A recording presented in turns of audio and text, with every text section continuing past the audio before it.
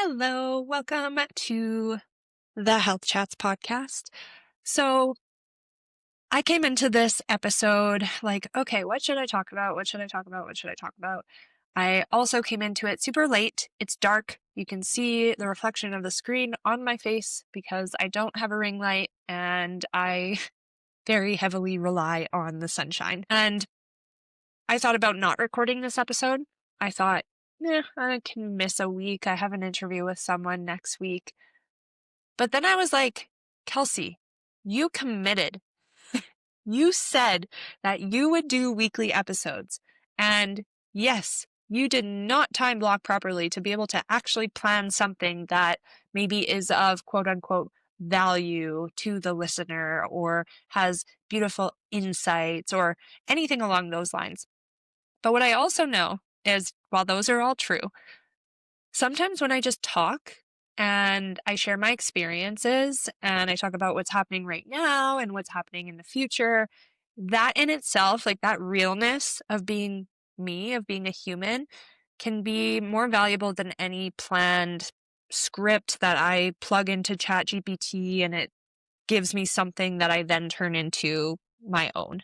So, what I want to talk about today is the fact that I went to Bali and what's happening now in 2026, because there is a lot happening. There is a lot of change that I am collecting or that has already occurred in my life and will occur even more in the next few months.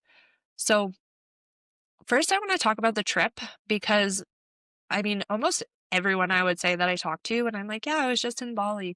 They're like, oh my God, that's amazing. Oh, I want to go there. It looks so beautiful. And it's like just such positive things and people who have that desire in themselves to go explore, whether it's Bali or like go down into Asia or maybe even like Australia and just see the world.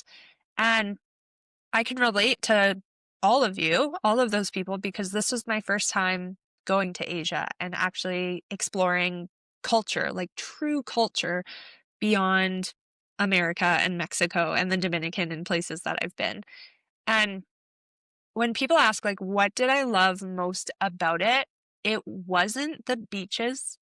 It wasn't the hot weather. It wasn't the fact that it was cheaper than life here. Yes, those are all positives and wonderful things. But what I loved the most was what people value and like the actual Balinese people or the Indonesian people. And what I mean by that is the easiest way to share is a comparison. What people value here and what is more prominent here in North America and America is our work. We prioritize our work. If you look at a calendar, I always say what you value is what is on your calendar, whether you literally use a calendar or not. It's what fills your time. And most of us spend our time here working, grinding, building, hustling. And if we're not working, we're thinking about work or we're resting because we're so tired from work. And I would say there's been a shift a little bit in the sense that people are leaning more into connection now that we're 6 years out of the pandemic, which rocked the world, by the way. So yeah, I would say they're prioritizing connection a little bit more, but not as much as I would say we could be. And looking at the trends with AI and social media, honestly, it's confusing. It's hard to say whether people are moving in the direction of more human connection because they're talking about it, or if people are just like utilizing AI, and maybe it's a bit of both, but back to Bali and like what I really loved about it there.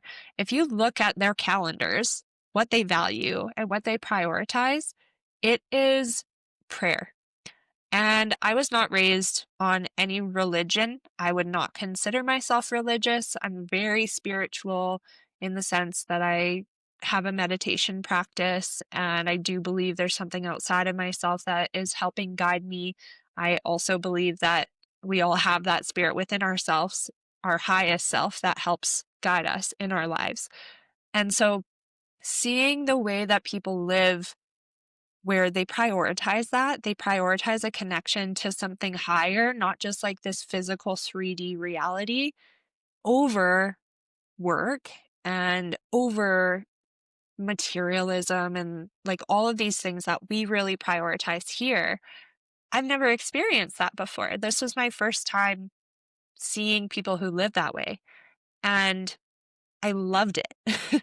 I absolutely loved it. It was a total culture shock.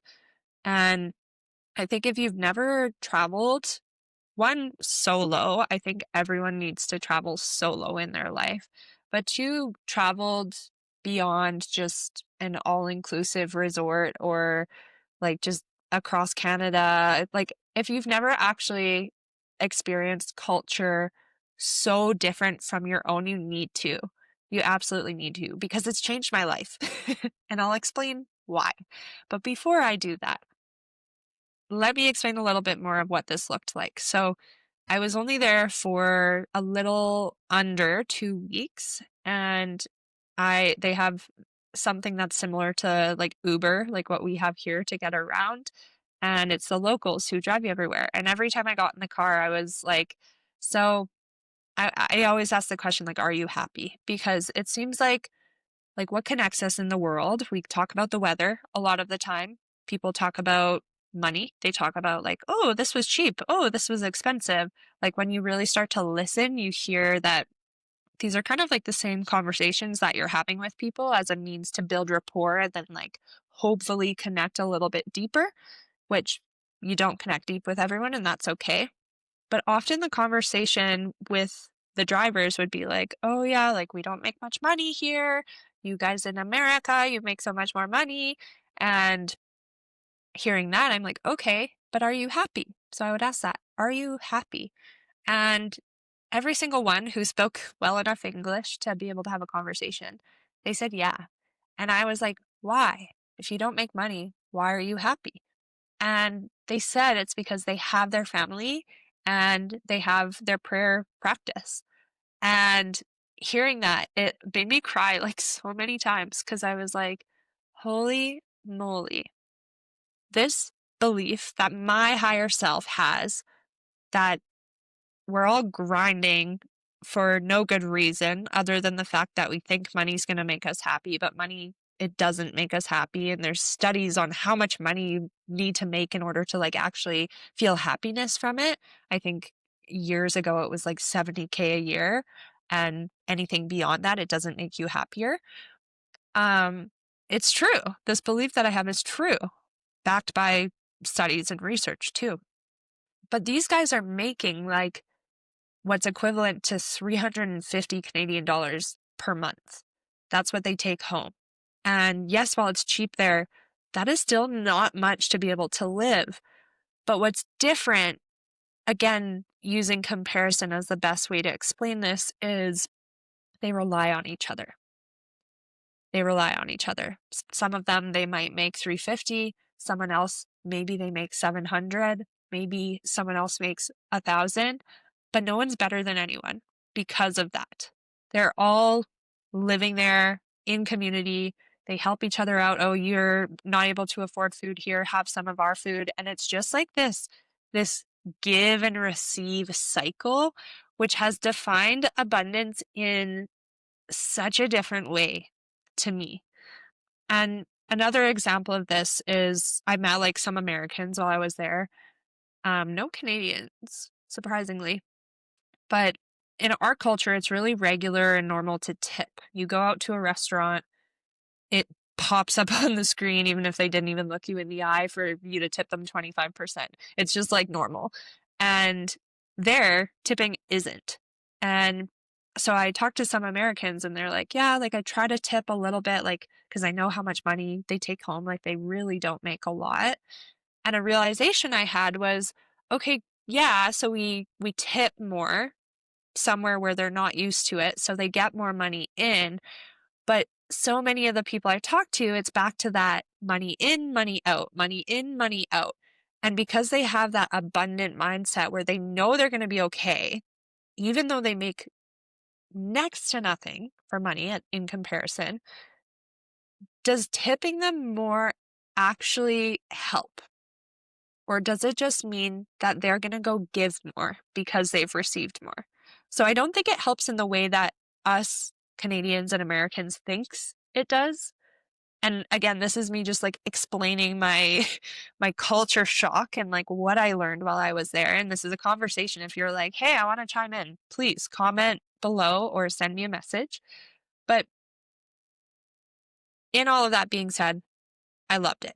I loved experiencing that. I felt like that is true abundance. Abundance isn't having millions of dollars. It might be in some people's eyes. I don't believe abundance is having the biggest house and the best car and like these external things. I think abundance is a feeling and being able to stay grounded and at peace in how you feel and how you live your life, and just trusting too that like money in, money out, because it's a vessel to be able to have experiences and see more places and connect with people and feed people. I love to feed people. So yeah, that was really cool. And so that journey, of course, I went there and I did a yoga teacher training, and then I went and I explored a little bit more. And I ended up in a place called Ubud, which, if you talk to anyone in Bali, they're like, that's like the most spiritual place, or anyone who's been there, or people who haven't. They're like, I've heard about it. And it's true. I started down in Uluwatu, which is by the water. It was beautiful. It had a feeling, though, of like, kind of influencer central and people just like wanting to be seen and see and just like everything's content. And there's nothing wrong with that. I'll probably end up there and do some of that. But I really loved Abood because it was more focused on that spirit and that prayer and more of the local culture and how people do yoga. That was one of the biggest things too. So here in the West, we don't do yoga as yoga. We have turned yoga into a fitness class, and yoga is not a fitness class. I speak that as a yoga teacher, and I also speak that with like complete confidence that I used to think it was. Through my journey, yoga has turned from an asana practice, a physical practice, to a very spiritual and mental practice.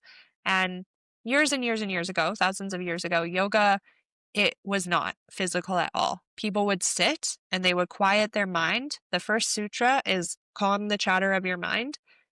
And then they got to a point where they're like, well, what if we moved like a little bit? Like maybe this would help with calming the chatter of the mind. And that's how it turned into this thing where people are now like, I'm going to go get my yoga workout in. And it just drives me nuts because the deeper I get into it, the more I realize that it's not that. And we really do disrespect what yoga is meant to be. And so being there in Bali, in Ubud, seeing that people see yoga for what it actually is just lights me up even more. And before even going, actually, I had this really strong intuitive pull that I was going to move there. And it was on the flight there. I was on the flight and I went alone. I had a lot of time with myself. And I just had this feeling that was like, you're going to move there. And tell me if you can relate to this. Like sometimes we get these really loud thoughts, maybe a thought more than a feeling that's like screaming at you. That's like, get out, get out, get out. Or it's like, go here right now. And it's really aggressive. And then other times you might get more of an intuitive message that's really quiet and it's really gentle. And it's just kind of like this nudge that's like, hey, maybe you should do this. Like, try this thing. That is what it felt like. And the more I've learned to listen to those little nudges, not the screaming ones. And I think the difference between the two is the screaming one is more of a trauma response, where the little gentle whisper is more of an intuitive pull, bringing you to where you're meant to be. the more I've listened to those, the louder they've become in the sense that I know when my intuition is speaking. And so I heard that and I was like, oh, okay, well, let's get there. Let's get there and let's see what happens. And so I got there and it got louder. It was like, hey, you're going to live here. What are you doing? You're going to live here. And I was like, don't tell my friends. And honestly, I'll hard launch it right now. I'm moving there and it's real now. It's real. I'm leaving in April. I will be there for at least 5 months. I'm going to be selling my car. I'll be moving out of what my life looks like here. And it is probably the biggest step and riskiest step. And I've taken a lot of risk, I would say, in like travel and shifting my life around. It's probably the biggest one I've taken. And I have never felt more calm and grounded in this decision, which to me means something's right. Something's right. And I've shared this now with like all of my family and my friends and my yoga studios and like the important people who need to know. And so I feel confident now speaking it to the public. But the questions that are coming up are like, okay, like where are you going to live and where are you going to work and how are you going to get around and what about taxes? And like there's so many questions that people have. And from mindset versus heart set perspective, we have our logic and we have our reason and we're meant to have it. We need it to help us make decisions. And then we have the feeling and the knowing and the trust. And all of those things I know we'll figure it out. There's a way to figure it out. But I don't have any of those yet. I don't have any logical reason as to like what I'm going there for other than like it feels right. And like I love yoga and I know that's a yoga place. And that drives people crazy. no one no one likes to not know. Of course, people don't like to step into the unknown. We are creatures who like to have things set up. We like to have control. And so if you're listening to this and you're like, girl, I can never, trust me, you can. The more you step into the unknown, the easier it becomes because you realize that when you do it, it has always worked out. And if it hasn't worked out, it has at least taught you a lesson on how to do things a little bit differently next time. So I'm stepping into this with complete trust and knowing and surrender that I will be okay and that I barely have a plan. So that's what Bali taught me. I don't know where this episode even started, but I know where I'm going and I'm really excited about it. And what that means for the next few months, because it's February, March, like pretty much exactly 4 months until I leave right now. It means that a lot of my focus is looking differently than it normally would at this time of year. As someone who works in wellness and I run community events in Calgary, I won't be planning more of those because I'm not going to be here.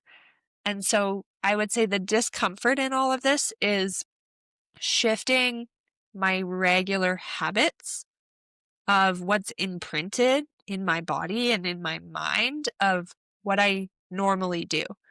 It's like, okay, I wake up and I usually go to the gym on these days, and then I come home and then I sit down to do these tasks. But these specific tasks, they don't need to be done anymore. It's now effort in a different way where I'm looking into insurance and I'm looking into where I'm going to live and I'm doing some outreach in Asia to see if I can like connect with some people before I go out there. Like I'm completely just shifting how I spend my time. And that in itself would grow a person. But yeah, it's a type of discomfort that I can't entirely explain. You have to be in it to know it. And it's also a type of intuitive knowing that's so strong. And I'm so freaking excited for. Of course, I'm going to document my journey. But I will be more, I would say, behind the scenes. I would say one of my biggest lessons and goals in 2026 is to just do it more than talk about doing it. Because I find I spend a lot of time talking about doing it, like while I'm in the journey of doing it. And that takes up a lot of energy. And so I'm just going to do it because I know I'm doing it and I am doing it. And now I feel like I'm a broken record player. But yeah, I'll leave it there. I'll leave it there. I'm really excited for it. If you have questions about it, don't ask me too many because I don't have many answers, but please follow along. I appreciate you listening always. Thank you. Thank you. I will wrap it up there. I will leave you with this. If you have yet to take action on something that you have been talking about or thinking about or feeling about for like way too long, and you know how long is way too long, this is your sign to just do it. It is the year of the horse. I made a story about this. I want to see you like trotting, like go, like think of yourself like a literal horse. Go for it. Just go for it. Because there is no time like the present. If you really zoom out, we are on a giant floating rock. And I know you've heard that. And I know when people say it, it's like cringe. Like, why is she saying that? But it's because it's true. And life, while serious at some moments, it is not that serious. And I think it was Chris Williams who said, like, do you even remember your great, great, great grandpa's name? No. And if you don't remember your family, your own bloodline, you think people are going to remember you trying to figure things out? Do you think they're going to judge you? Like, do you think anyone's really going to remember? No, they're not. So go for it. Go for the thing, whatever that thing is. Maybe it's moving to another country. If it is, I'll see you there. All right. Thanks, guys. Bye.